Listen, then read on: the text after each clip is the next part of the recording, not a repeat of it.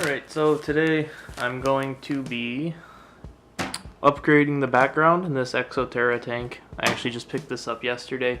It is 23.5 inches from, well, I guess long you'd call it, and then 18.5 deep by 12 inches tall. I'm going to be doing this for my leopard gecko, Douglas.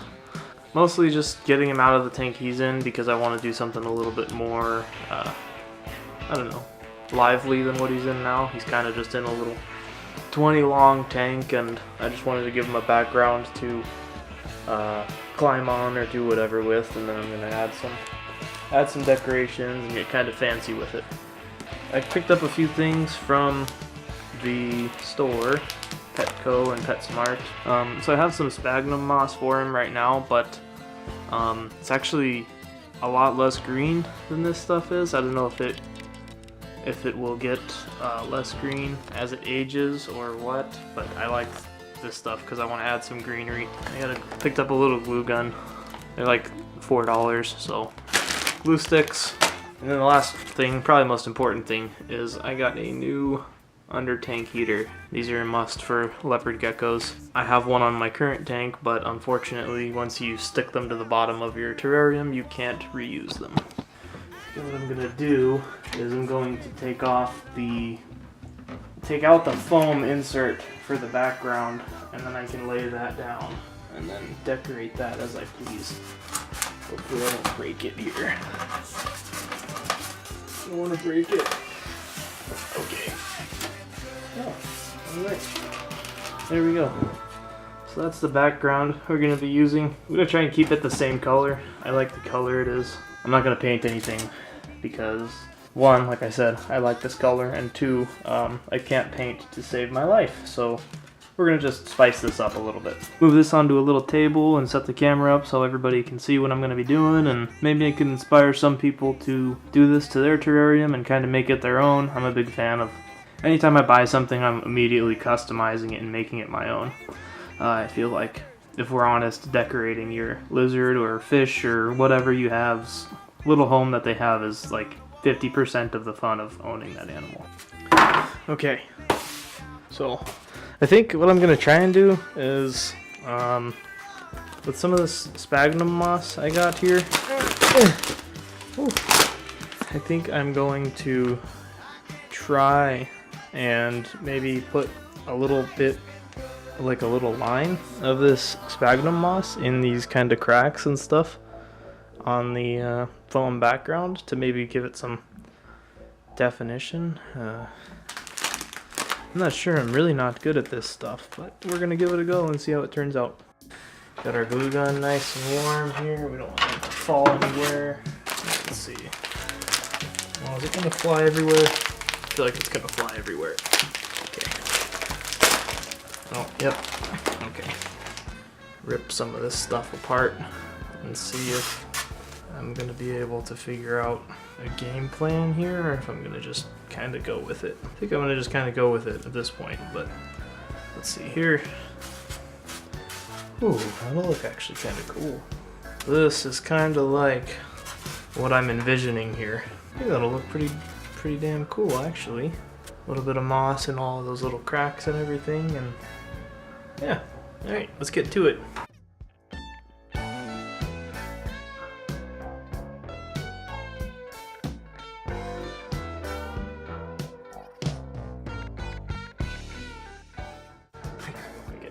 Yeah, I think that looks good. Alright. Now let's do a little bit of movie magic here, and alright, so this is what we came up with.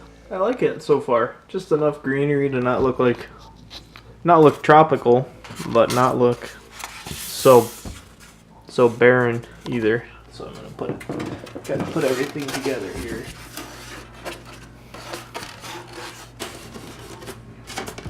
There we go. Okay, so that's how that's gonna look.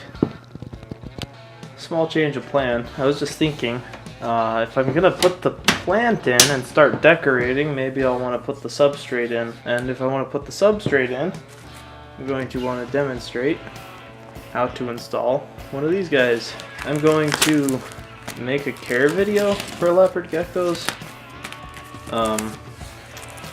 Maybe, I'm not 100% sure. It depends on how the kind of views that this video gets. I'm relatively certain I'll be making a care video. I'll go more in depth on how to install one of these bad boys, but for now, this is what you're gonna need. I think I'm gonna want Doug's warm hide somewhere in this area. We will stick this guy on the bottom of the tank, straight to the glass. Make sure you're using a glass terrarium. No wood, acrylic, plastic, foam, metal, or other types of terrariums other than glass. So, extra sure that what you're using is glass. Otherwise, I've seen pictures actually of heat mats melting acrylic aquariums and terrariums. So, keep that in mind. But it is definitely a necessity for leopard geckos. So, usually what you do with these guys, there's a film on the back, kind of works just like a sticker. You're going to peel that off, and you want to place it about where you want to put your leopard gecko's warm hide. We're going to press it on here, just like a big old sticker. And then one thing that I like to do is to spin this bad boy around. You can look inside, and you can kind of see all the places you need to push down more on.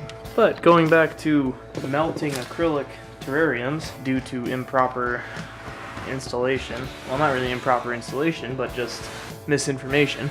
When you're using a heat mat or really any kind of a heat source in your terrarium, you're going to want to use a thermostat. Thermostats are really cool because they automatically shut off your heater when it gets to a certain temperature. I know a lot of reptiles can get burns on their stomach and feet, but when you have a thermostat, none of that is even a concern. But anyways, back to the substrate. Okay, moving on to substrate. This is a delicate topic among leopard geckos and reptiles in general. In doing my research, I found that loose substrate can be very dangerous to the health of your reptile. However, with my leopard gecko at least, and all of them are different, they all have different personalities, but he doesn't usually walk around eating substrate. When I first got him, when I was really new to this, I let crickets go, and I had him on Eco Earth, and he ate a lot of the coconut fiber when he was diving for crickets. If I'm gonna feed him crickets, I'll probably end up taking him out or trying to get him to eat the pre-packaged crickets that are already dead. But what I've been doing is I've been sticking his little mealworms and superworms in a food bowl, and that seems to have stopped that issue of him eating his substrate. But going back to what I said, it was just my inexperience that was leading to the problem. He didn't develop any impaction or anything, really. He was perfectly fine. That Eco Earth coconut husker fiber substrate is really good in that if you do happen to make a mistake and your leopard gecko eats a little bit of it, not the end of the world. You want to keep an eye on them, make sure they're not bloating or anything like that. Bottom line, what I'm going with is the Eco Earth loose coconut fiber substrate, because I've never had any problems with it killing any of my animals. So go ahead and add that in. Level this substrate out a little bit here. So I'm going to start to move some of Douglas's decorations from his current terrarium into this one. Well, let's start moving some of Doug's stuff over here.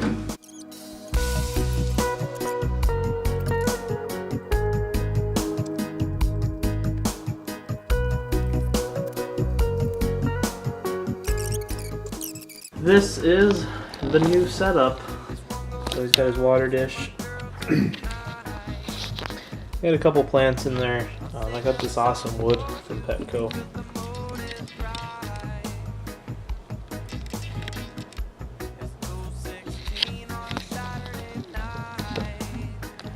So stay tuned for the final result with Douglas in his new terrarium.